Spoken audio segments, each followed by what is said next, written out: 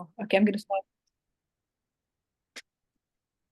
Well, welcome to my new session on the love series. Today I'm going to talk about shame and love, and I have my remarkable friend Dorothy Dixon with me. She is a creative. She is a woman of quality, and I really appreciate her so much. We work together in Montreal. I'm actually broadcasting over from Cape Town, so we are worlds apart. And Dorothy has a deep love for God and for worship. And during this conversation, you will get to know her heart. And I've invited her today to just converse with me. We're going to have a heart-to-heart talk, and we have a desire to continue to be carriers of God's love and channels of His blessings. And some of the things that get in the way of that love and of that journey, is shame. And I think all of us, if we're honest, we have struggled with that. We know how it can hold us back, but we also know how to move away from that and how to transition to a place of healing and freedom. And so this is going to be the conversation. So I invite you just to listen and to ask your questions in the comments, whenever you're going to listen to that. And I trust that your heart will be blessed. So welcome, Dorothy. Thank you. It's good to be here. Yeah, so I should say good evening because this is my good morning. It's my afternoon and it's your morning. So Dorothy, when you hear this word, when I say love and shame, what comes to your heart and your mind when you think of love versus shame? Talk to me a little bit through that.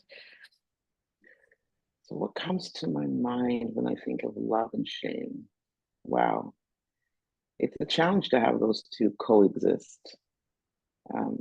If I think about the times that I've felt shamed or I've seen people shamed, I've questioned if love was part of the equation. And especially sometimes, or the times I felt shamed for maybe a wrongdoing or have seen someone shamed for a wrongdoing. And it could have been correction, but correction works really well when love is involved, when it's part of the seasoning. If the seasoning is just to be something, it's just to be harsh, then you will just get shame and I don't believe anything else. And that's hard to receive. Right. Exactly. Because the scripture that I have for us in love, it says in the Passion Version that love does not traffic in shame. So those are two worlds that collide. So whenever, like you were saying, when I feel shame or when I see or observe another person being shamed, love is not present. And so we need to understand that that is not an expression of love. So when Jesus now invites us into a more excellent way, which it says is the pathway of love, we don't always have language to express what love is. So we just say, okay, the agape love, we always say, I love you, or, God is calling us to love. But what God has been putting on my heart is for us to just kind of, process it, struggle or wrestle with this word. And so when I saw that love does not traffic in shame, it says to me that when I feel shame and when I keep hiding myself, I don't receive love from God, or I don't feel that I'm loved. Or when I shame another person, definitely I'm not loving that. Because maybe we can talk about what is the message of shame. What is the language of shame? For me, the language, if I look at, for me, the language of shame is there's something about me that is not okay. Whereas guilt is saying, what I did, I don't feel good about it, what I did. But this sort of, I always made this comment that it's almost like the hemorrhage of the soul. It's like a cancer of the soul, shame, because you just feel there's something not okay. And where does it come from, Dorothy? Why do you think that is so strong, either in our lives or in people? Well, what I love about this is that God is not complicated. And because He has set us here on this earth with billions of people, so maybe in our sphere, in a given week, I spend time with, I don't know, I work in a school.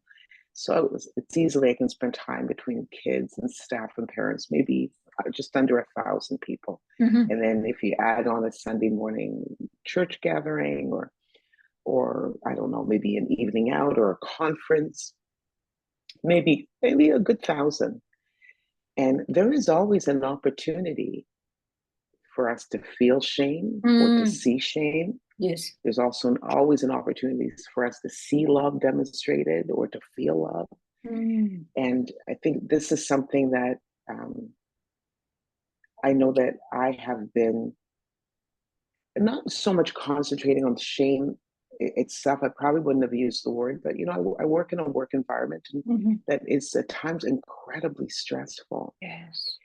And I think part of the journey, my humanity, the little girl in me, I want out. God, I'm done. Like, am I old enough to like walk out the door? Yes. I don't want to say more because I don't want to retire, but I'm like, the madness needs to stop. Yes.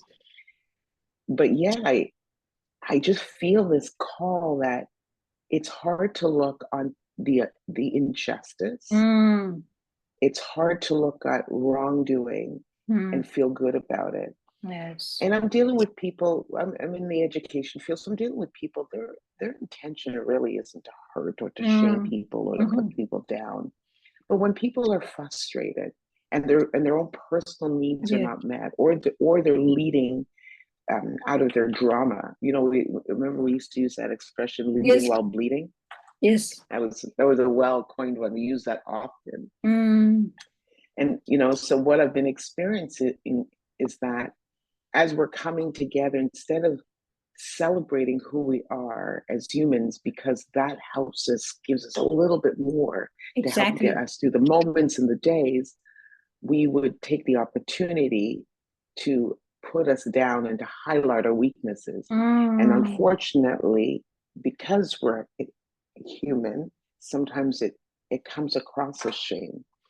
And I remember speaking with my superior, and I really felt encouraged to have a conversation. Can we celebrate our strengths? I remember years ago when we did the Strengths Finder, and I remember that was one of the moments that was really pivotal in my life, because I was no longer forced to only look at the areas that I needed to improve or the things that I was weak at. I could now look at those areas where I did have strengths. And I felt a sense of pride and acceptance. There was no shame attached to those, while there was always shame attached to those areas that I thought that there was where I felt shortcomings. And I was reminded sometimes that I had shortcomings. And so I was just really trying to encourage, because not only her, but myself, how do I encourage us, as part of working in the office environment? And my heart really wants to serve, even though sometimes I'm frustrated. My heart, I know, really wants to serve, because that's what God wants me to do. So just highlighting even some of the staff members, like when so-and-so does a thing, other staff members just try to encourage a child or help a child or guide a child without success. But that we don't shame them for not being successful. We recognize that's not where their strength lies. Where this one, she is able to, and you can see it's a strength, because in a couple of weeks she's able to do what couldn't have been done in several months. Absolutely. And I really believe when we look at people through this that lens, it's hard to look at them through that lens that lifts them up and that celebrates them, and look at them through a lens of shame at the same time. It actually doesn't coexist. No, right? It doesn't. That's why it says that the love and shame, they cannot reign on the same. That's what I know. I love that. It doesn't traffic in shame. It doesn't traffic. What's really interesting? I'm just thinking about it. So, I wear glasses, and I have since I was 10. And one of the things is one eye is nearsighted and one eye is farsighted. And at the beginning, when they started to give me glasses to correct the lens, it was like my world was on a kilter. It was so awful. Wow. And so the decision was made that they could not correct it fully. Otherwise, every time I would put on my glasses, I would be almost almost like I had vertigo first thing in the morning. Okay. And I think it's the same type of thing. If That's so we're trying to beautiful, look through Sergio. a certain lens, The lens, yeah. and yet and the lens is not balanced, or it doesn't make No. room. Like if my nearsighted eye doesn't make room for the one that's farsighted the other way, I will always be living in this tilted world. And don't Yes. we live in a tilted world? Because the Yes. first thing we love to do Oh my is word. to criticize and to Yes. like put people down, and we somehow celebrate it. We have shows like, oh my goodness, it makes me sad sometimes that I watch like the 600-pound, um, my 600-pound life. I We have shows know. like Hoarders. We have shows like, I mean, there's a plethora. And I'm not saying that to put down these particular shows because everybody, I guess, has to make money. But I really felt in my spirit when I'm watching these things, Mm, am I really celebrating mm-mm. their successes? Or is something in me also celebrating the shame? Yes. And I do love it when I see someone who is making a health journey Yes. and they're seeing successes. But does that mean those who don't make it, does that give me the right to look at them Here you with shame? go. I Right? like it when you talk about the analogy of the lenses. So if Mm-hmm. we can be transformed or totally be rooted in love, and if the lens is love, then I will pick up only on your strengths and your value, and I will call forth Yeah. the good in you. Yeah. So we'll celebrate Yeah. your value, Yeah. and that is beautiful. That especially in the context, I'm telling you, in my counseling career, where the people were 20 or 60, there were times in that office a 60-year-old person could cry because a teacher or a parent said something horrible about them when they were Yeah. 4 or 5 Yeah. or 6. Yeah. And it's amazing how those words kept uh, like it was finding a place, like instead of love finding a resting place, shame found a resting place within their Mm. system. And then we had to unfold, and people told me, how come I Yeah. didn't know this 20 years Yeah. ago? And they kept Yeah. that shame, or they were hiding the shame. And sometimes we can hide this shame in a very sophisticated way. So we become perfectionists. So a perfectionist basically covers shame, because the perfectionist is saying, I need to be good. I need to like almost unintentionally prove to someone that I'm okay. But you still live out Exactly. of that same shame base. Exactly. And so if we Yeah. as parents, as teachers, as significant others can speak life in one another and Mm. add value, I think it will be so, it's so amazing, because yes, God is there, but God is also looking for feet and for hands to express. And so Yes. I would say that we have responsibility to add. But Dorothy, don't you think that the fact that we sometimes choose the opposite means that we have not been transformed by love? Isn't that also part of, if I live Mm. from Yeah. shame, that I'm gonna deflect it, I'm gonna put it on you. There is that connection. Yeah. I, as a parent, I think one of the things you learn, and sometimes it's like, I don't want to use I won't use the phrase too late, but sometimes Mm, what you do learn later is we do how relate, yeah. words matter. Yes. Yesterday, I was part of an amazing conference, and one of the speakers at the beginning just reminded us that we are all teachers Mm, of yes. ourselves and each other. And I recognize now that I was a teacher of my children before they went to school. Yes.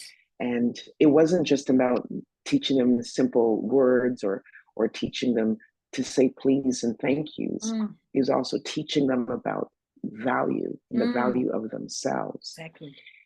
And in my error or my lack of knowledge and in my ignorance, I would use words or terms because I wanted to correct them Mm, or to save them from self harm, whether it's touching a hot stove. But you would, we sometimes we use labels, and those labels are the ones that stick, yes, right? exactly. And they remembered those labels They more remember than they those. remembered Mm, the good ones. mm, And I think that's what's really important. So even if we say it once or mm, twice, mm. somehow it does not compare to hundreds I love yous.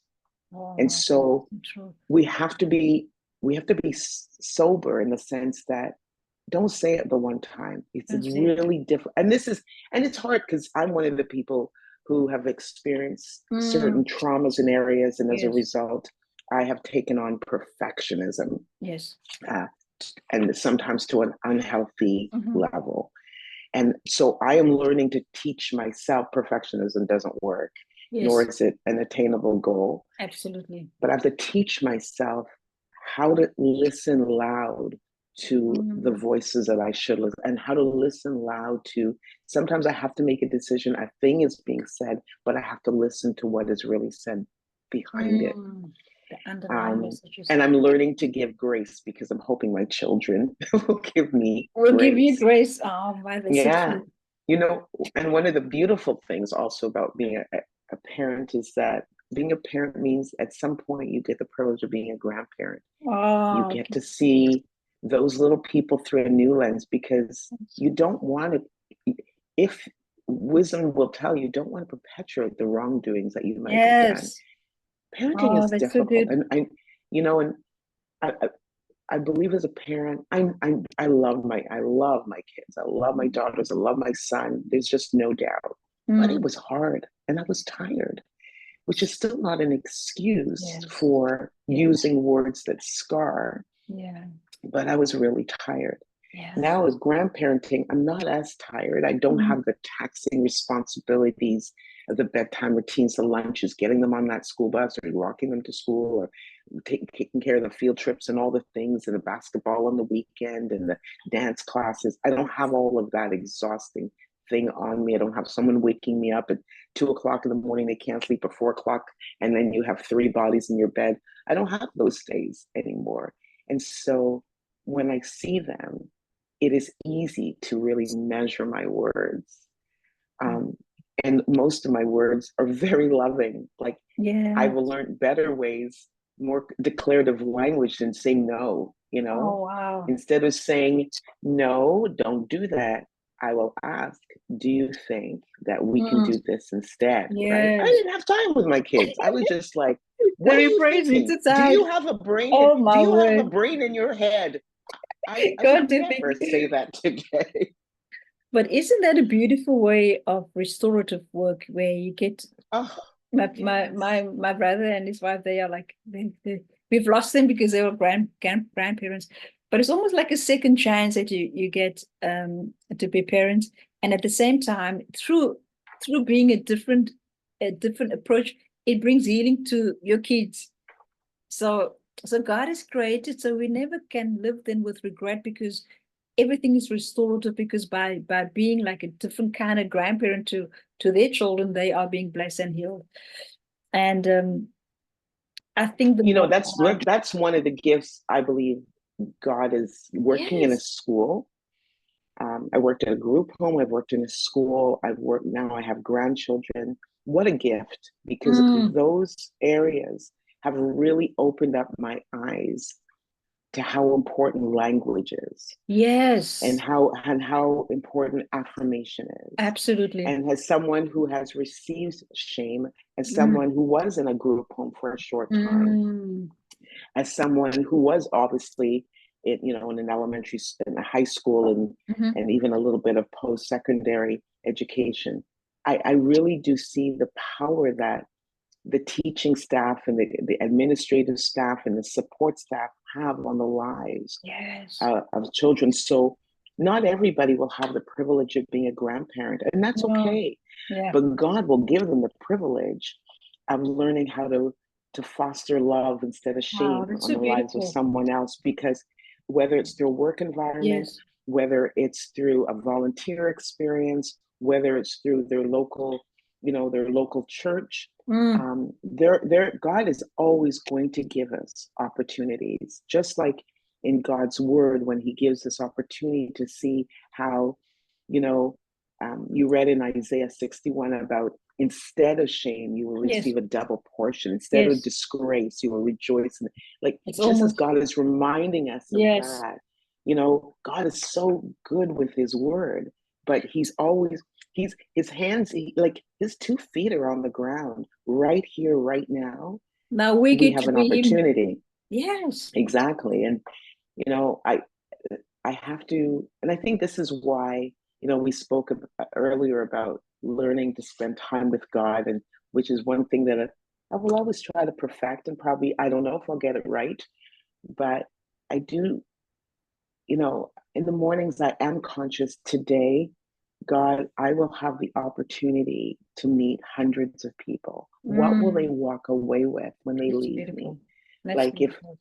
if a child comes in late, like, is it helpful to shame them, or can I say, okay, you're late again, what can I do to help you? Mm, you know or if a child is sent to the office for a bad choice, mhm. do I need to also heap my opinion and my stern looks on that Mm, child, or um, or can somebody, he knows that no matter what the consequences, their love is involved, because that's what mm. God did for us, right? Yes, yes, Our yes, righteousness, it says, like filthy rags, yes. but God found it in his heart to send Jesus because he doesn't Mm, want anybody to perish.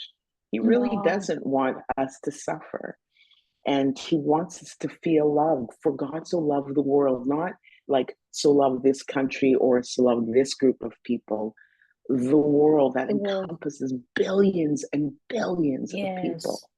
Mm, And we, in our mm. little corner of this world, get to share that. And what a gift. That's an opportunity. It's not It's easy, amazing but gift. it really is an opportunity. And I think I want to add to add the language of, because when you say it's an amazing gift, so love is the greatest gift. It says the most Yeah. excelling path. And so what a beautiful opportunity in your workspace that you have, Yeah. because many of those kids, and I know I've been at schools in my teaching role, many of those kids come from homes that are traumatized. They most probably haven't heard either "I love you," or they haven't received a hug, or they've most probably been put down, and now they come into a space, and guess what? God has placed you there to be able to speak life and to speak beauty into their hearts. And I think that we sometimes complicate evangelism, or being, God says, I'm sending you out to be light carriers, to be a city on a hill. And this is all the practical ways that we can be in a very tangible way, share the gospel with children by being. And there's a beautiful verse in 1 John 4. He says, as Jesus was, so are we in this earth. Mm. So when they see me, they must see Jesus. They must be able to read my life in a way that they can be drawn to him. So maybe just a couple of last questions that I wanted to ask you as we move into maybe leadership, because I want to add, because often I speak also to the audience of women in leadership. So as a leader, because you're also in leadership in church, and you have been and you continue to be, what difference does it make for us to be deeply rooted in love, and now I'm exuding? What would a leadership community look like when we operate in love? How different would that be? Mm. Especially in the I, expression of our assignments. I'm reminded of that verse where it says, Jesus didn't come to be served, but he came to serve. Mm, yes. And I believe one of the most amazing opportunities that I've been given, whether it's having had the opportunity to lead worship, or Mm, um, to help to host, a Sunday morning mhm. service, um, singing with the choir. They're all opportunities for me to lead in some way. Yes. And I really do believe that in the leading, you're most effective when you're serving. And Mm, when you are loving someone, it is yes. so lovely to serve them. Mm, You know, it's difficult. I, I have seen what it's like to have been served by someone or led by someone who really didn't love, and it was mhm, very hard to receive mhm. even the gifting that that she had. And I really believe it's important that my motivation has to be love. Yes. And I believe the strongest leaders that I've ever that have impacted my life. And I'm not saying that they did not give me correction, because that's also love. It's also part of But love, yeah. because I know that it was seasoned with love, and they were serving with a heart, and they Mm. wanted to honor God, their Father, Yes. in that it, oh my goodness, it made an impact on my life. Absolutely. You know, there's a woman that I looked up to when I was in Sunday school. I was a young girl, and her name was Norma Rideout. In fact, she gave me a book years ago, and I still have it.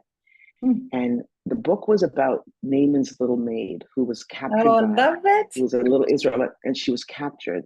And then she went to serve in the house of Naaman. Oh, my And word. Naaman was a commander, and he had Yes. developed leprosy.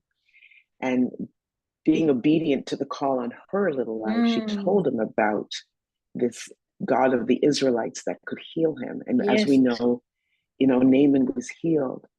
And she was a servant, but she led Naaman to his healing. It's amazing. And so I believe that sometimes a place of leadership, it's going to look very different for many people.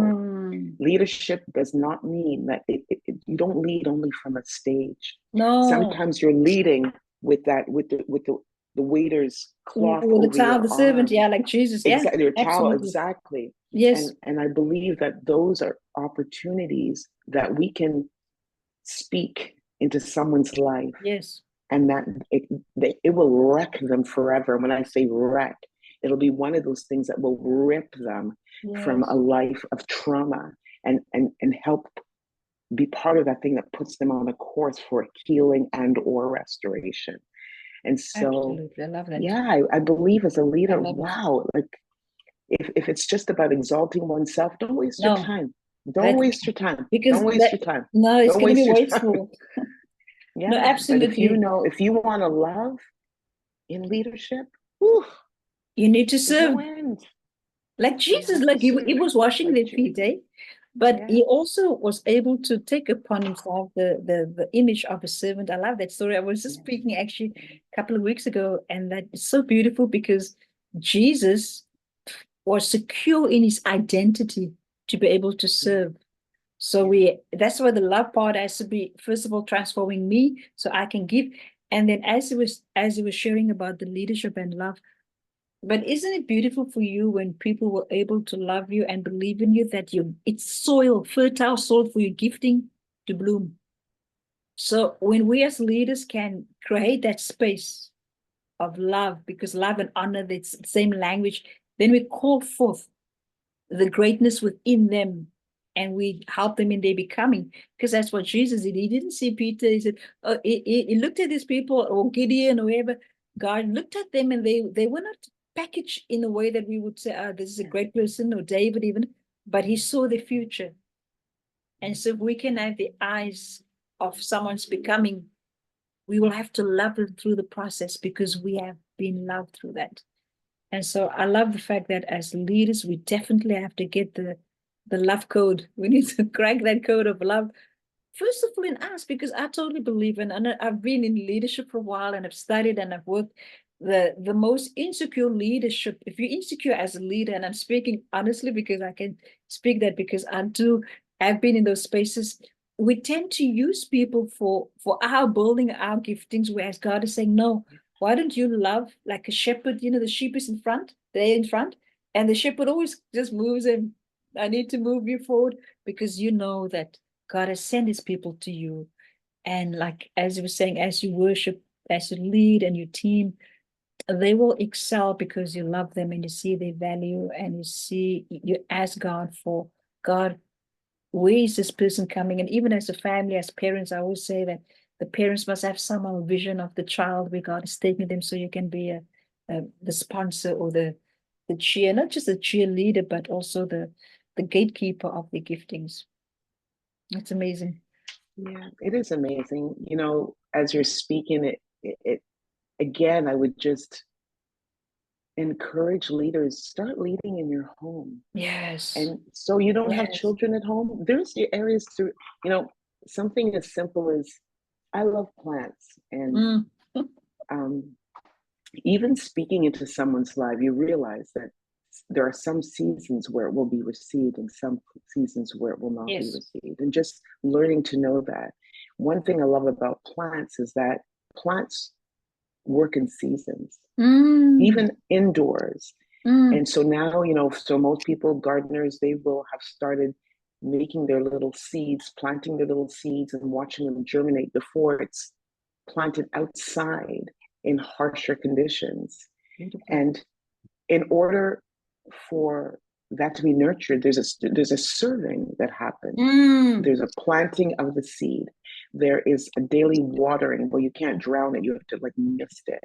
I'm yes. looking over it, and I'm looking over it, and with love and compassion for this Oh, my word, greenery. that's so good. And it gives me an opportunity to lead and to cultivate. And Yes. I believe so. If you don't know where to start, because sometimes it can be a daunting task to know how to serve outside the home or Mm, in some of those spaces. Start in your home. How do I serve my husband? You mm, know, and a lot of women think that well, he should be serving. No, I love serving my husband. yes.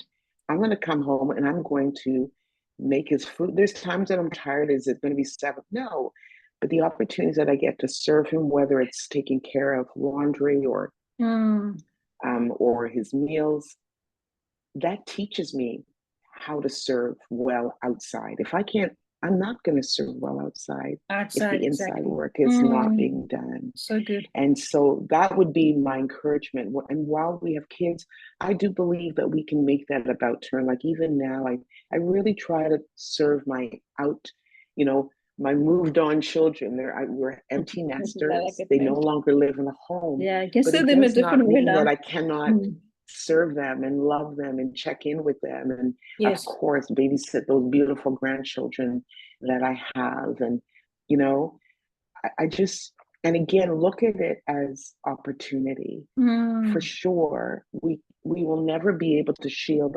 everyone from being victims of shame, mm, but we can always be sure that we can make sure that anyone in our system will be a victim of yes, our love exactly. in a good sense, right? Absolutely. Be Yes. recipients of the Mm, love and how we serve them, because love also is um, a very tangible thing. practical, There yeah. may not be a moment to say I love you, but your actions can also Mm, speak.